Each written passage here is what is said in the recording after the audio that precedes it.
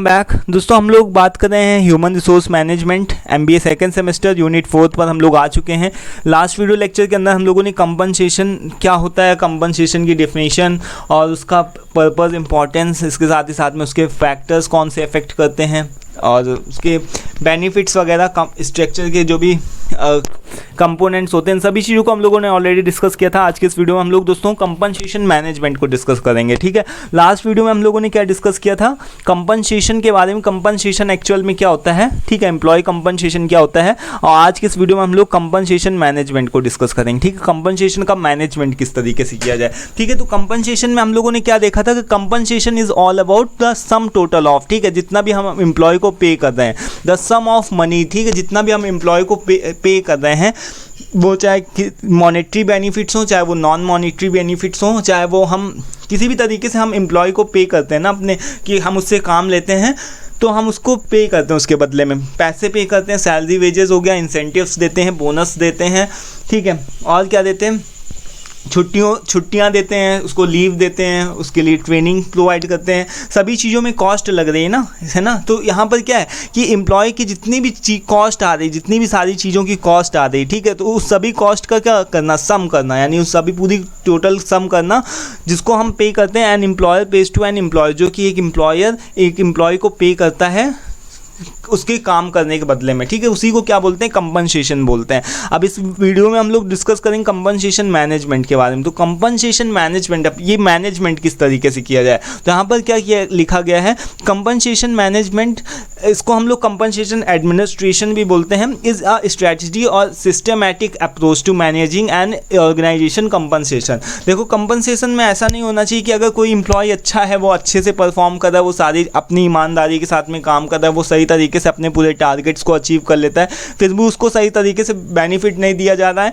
यानी उसको सही तरीके से उसकी सैलरी नहीं दी जा रही है, सही टाइम से उसके वेजेस नहीं दिए जा रहे हैं, तो ये कहीं ना कहीं उसके साथ में नाइंसाफ़ी होगी और इससे क्या होगा कि एम्प्लॉय आपका डिमोटिवेट हो जाएगा। ठीक है, तो यहाँ पर एम्प्लॉय का कंपनसेशन मैनेजमेंट का मतलब कि उसको सही तरीके से मैनेज करना, हर एक एम्प्लॉय आपका जो अच्छा परफॉर्म कर रहा है तो उसको उसके हिसाब से मिले पैसा, और जो नहीं परफॉर्म कर रहा है, जो नहीं सही से काम करता, तो उसको कम पैसे मिले, है ना। तो ये सारी चीज़ें, ये सारा खेल यहाँ पर बताया गया कि उसको किस तरीके से मैनेज किया जाए। ठीक है, तो यहीं पर लिखा है कि एक ऐसा अप्रोच होता है या सिस्टमैटिक अप्रोच होता है इसको, जिससे कि जितने भी ऑर्गेनाइजेशन के एम्प्लॉयज़ हैं उनको फेयर वेजेस मिले, यानी उनको फेयर कंपनसेट किया जाए, उनको फेयर बेनिफिट्स मिले, उनको फेयर सैलरी स्ट्रक्चर मिले, ठीक है, जिससे कि वो अपने आपकी ऑर्गेनाइजेशन में काम करते रहें। ठीक है, तो this includes activities such as, जैसे कि जॉब इवेल्युएशन। आप इसको करने के लिए क्या क्या करते हो, जॉब का इवेल्युएशन करते हो, देखते हो जॉब में कि डिफ्रेंशिएट करते हो कौन ज़्यादा जॉब कठिन है, कौन कम काम कठिन है, उसके हिसाब से अगर जो कठिन काम होगा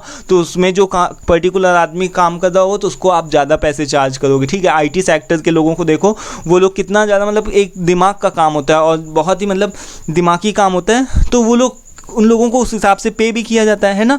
वहीं पर अगर एक लेबर है, एक मिस्त्री है, तो उसका जो आप देखते होगे कि दिन भर का कितना होता है, 600-800 रुपये होता है। ठीक है, तो उसको उसके हिसाब से पे किया जाता है। ठीक है, तो उसकी सैलरी, एक लेबर की सैलरी अलग होती है। ठीक है, ये किस तरीके से इवेल्युएशन के थ्रू होता है कि हम इवेल्युएट करते हैं कि कौन सा काम कठिन है, कौन सा काम सरल है, कौन सी स्किल से, किसमें कौन से काम में स्किल सेट्स रिक्वायर्ड है, क्वालिफिकेशन रिक्वायर्ड है, कौन सा काम ऐसा है जो कि बिना क्वालिफिकेशन के भी हो सकता है, कौन सा काम ऐसा है जो कि बिना स्किल सेट के भी हो सकता है। बहुत सारे ऐसे काम हैं जो बिना स्किल्स के, आप मान लो झाड़ू पोछा लगाना हो कमरे में, तो बिना उसमें क्या स्किल चाहिए, है ना।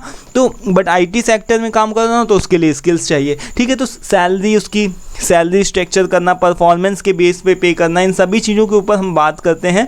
देखते हैं कि परफॉर्मेंस जिसकी अच्छी होगी उसको अच्छा पैसा मिलेगा, जिसकी नहीं अच्छी होगी उसको नहीं पैसा मिलेगा, जिसका कम काम होगा उसको कम पैसे मिलेंगे, जिसका ज़्यादा कठिन काम होगा उसको ज़्यादा पैसे मिलेंगे। इन सभी चीज़ों को हम क्या करते हैं, इवेल्युएट करते हैं, यानी कि इट इंक्लूड्स एक्टिविटी, इन सारी चीज़ों को इवेल्युएट करते हैं, तब हम कंपनसेशन को मैनेज करते हैं कि कौन से पर्टिकुलर आदमी को कितना पैसा मिलेगा। ठीक है, कौन से बेनिफिट्स उसको मिलेंगे। ठीक है, अब यहाँ पर क्या है कि the ultimate aim is to create a compensation strategy that supports employee engagement, satisfaction and organisational success. ठीक है, तो इसका सीधा सा एम है कि अगर आपका मैनेजमेंट अच्छा है, कंपनसेशन सही से, लोगों को सैलरी मिल रही है, फेयर वेजेस मिल रहे हैं, फेयर बेनिफिट्स मिल रहे हैं, ठीक है, तो इससे आपके एम्प्लॉयज़ क्या रहेंगे, इंगेज रहेंगे, अपने काम को अच्छे से करेंगे, सेटिस्फाई रहेंगे। ठीक है, ओवरऑल आपकी ऑर्गेनाइजेशन की सक्सेस होगी, ग्रोथ होगी। ठीक है, अगर हम इसकी प्रोसेस की बात करें तो इसका प्रोसेस किस तरीके से होता है। सबसे पहले हम क्या करते हैं, अच्छा हमको अगर फेयर कंपनसेशन हमको डिस्ट्रीब्यूट करना है, उसका मैनेज करना है, सबसे पहले हम क्या करते हैं, जॉब की एनालिसिस करते हैं। ठीक है, जॉब एनालिसिस में हम देखते हैं कि क्वालिफ़िकेशन कितनी है। ठीक है, उस पर्टिकुलर आदमी की क्वालिफ़िकेशन कितनी है, उसका स्किल सेट कैसा है, ठीक है, उसका एक्सपीरियंस किस तरीके का है, इन सभी चीज़ों को हम क्या करते हैं, एनालाइज करते हैं। ठीक है, देन उसको इवेलुएट करते हैं। ठीक है, इवेलुएट करके हम देखते हैं कि कौन सी जॉब कठिन है, कौन सी जॉब सरल है। ठीक है, उसके हिसाब से हम सैलरी का सर्वे करते हैं कि कितनी सैलरी का सर्वे होना चाहिए, एक्सपेक्टेशन को देखते हैं। ठीक है, then salary structure, performance evaluation आता है, देन बेनिफिट्स का एडमिनिस्ट्रेशन होता है, बेनिफिट्स को ऊपर टॉप लेवल से पास करवाया जाता है, देन कंपनसेशन कम्युनिकेट किया जाता है कि एम्प्लॉयज़ के बीच में कि देखो आपको इतना मिलेगा, ये अगर आप काम करो इस पोस्ट पे, अगर आप मैनेजर हो तो आपको इतना मिलेगा, अगर आप इंजीनियर हो तो इतना मिलेगा, सुपरवाइजर हो तो इतना पैसा मिलेगा, तो ये कम्युनिकेट किया जाता है। ठीक है, उसको अगर उस पर तैयार हो जाता है, जो भी आपका एम्प्लॉय है वो अगर उतने पैसे में काम करने के लिए तैयार है, ठीक है, तो उसको हम क्या करते हैं, हायर करते हैं। ठीक है, और हायर करने के बाद में हम उसको क्या करते हैं, मॉनिटर करते हैं, इवेलुएट करते हैं, उसको देखते हैं कि सारे काम सही तरीके से चल रहे हैं कि नहीं चल रहे हैं। ठीक है, अगर सही तरीके से चलते हैं तो ठीक है, और उसमें कोई चेंजमेंट की ज़रूरत होती है, चेंज की ज़रूरत होती है, तो हम क्या करते हैं, उसमें एडजस्टमेंट करते हैं। फ्लेक्सिबल, यानी आपकी प्लानिंग कैसी होनी चाहिए, फ्लेक्सिबल होनी चाहिए, रिजिड नहीं होनी चाहिए। ठीक है, तो ये एक प्रोसेस है कंपनसेशन मैनेजमेंट का। अब देखो रीसेंट ट्रेंड्स की बात करते हैं, ये भी क्वेश्चन कई बार आता है कि रीसेंट ट्रेंड्स बताओ कंपनसेशन मैनेजमेंट की, कैसे आप मैनेज करोगे। तो हम एक तो टीम बेस्ड पे करेंगे। ठीक है, आप इसमें बताओ कि हम जो भी टीम अच्छा परफॉर्म करेगी उस टीम को अच्छा पैसा मिलेगा, अच्छे बेनिफिट्स मिलेंगे। ठीक है, देन नॉलेज, जिसके पास में अच्छी दूसरी स्किल्स होंगी, अच्छा एक्स्ट्रा स्किल्स होंगी, जिसके पास में अच्छी नॉलेज होगी, उसको हम अच्छा पैसा पे करेंगे। ठीक है, देन पे ट्रांसपेरेंसी, इसमें क्या होता है दोस्तों कि increase transparency in salary structures and compensation practices to foster trust and fairness among employees. यानी कि इसमें क्या होता है, ट्रांसपेरेंसी का मतलब हम सभी लोगों को ये चीज़ बताते हैं, बता करके रखते हैं कि अगर आप इस पोस्ट पे होगे तो आपको इस पर्टिकुलर पोस्ट के लिए इतना पैसा मिलेगा, ये बेनिफिट्स मिलेंगे। ठीक है, तभी ये ट्रांसपेरेंसी क्रिएट हो पाती है। इससे क्या होता है, एम्प्लॉय के अंदर ये नहीं आता है कि भेदभाव कर रहे हैं, ठीक है, उनको ज़्यादा पैसा मिल रहा है, हमको कम मिल रहा है, ऐसी इस तरीके की चीज़ें सिचुएशन नहीं देखने को मिलती।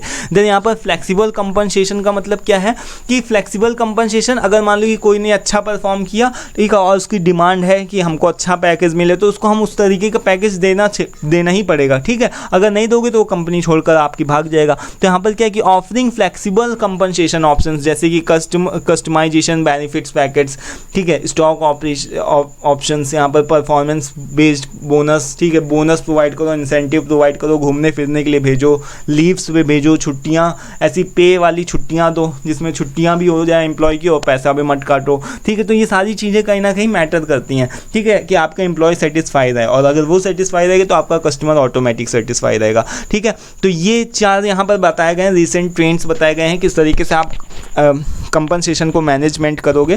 ठीक है, तो यहाँ पर ये चार बताए गए रिसेंट ट्रेंड्स। ठीक है, आई होप कि सारी चीज़ें क्लियर है। कंपनसेशन मैनेजमेंट किस तरीके से करोगे, क्या होता है, इसका प्रोसेस क्या होता है, कंपनसेशन क्या होता है, कौन कौन से रिसेंट ट्रेंड्स चल रहे हैं। ठीक है, सभी चीज़ें क्लियर है। अब नेक्स्ट वीडियो में हम लोग बात करेंगे इंसेंटिव्स के बारे में, एम्प्लॉय इंसेंटिव्स को, यानी इंसेंटिव्स क्या होते हैं, किस तरीके से दिए जाएं, ये भी काफ़ी इंपॉर्टेंट क्वेश्चन बनता है। आज के इस वीडियो में दोस्तों इतना ही। वीडियो पसंद आया लाइक करिएगा, पीपीटी PDF चाहिए तो उसके लिए व्हाट्सएप पे कॉन्टैक्ट कर सकते हो। Thank you for watching this.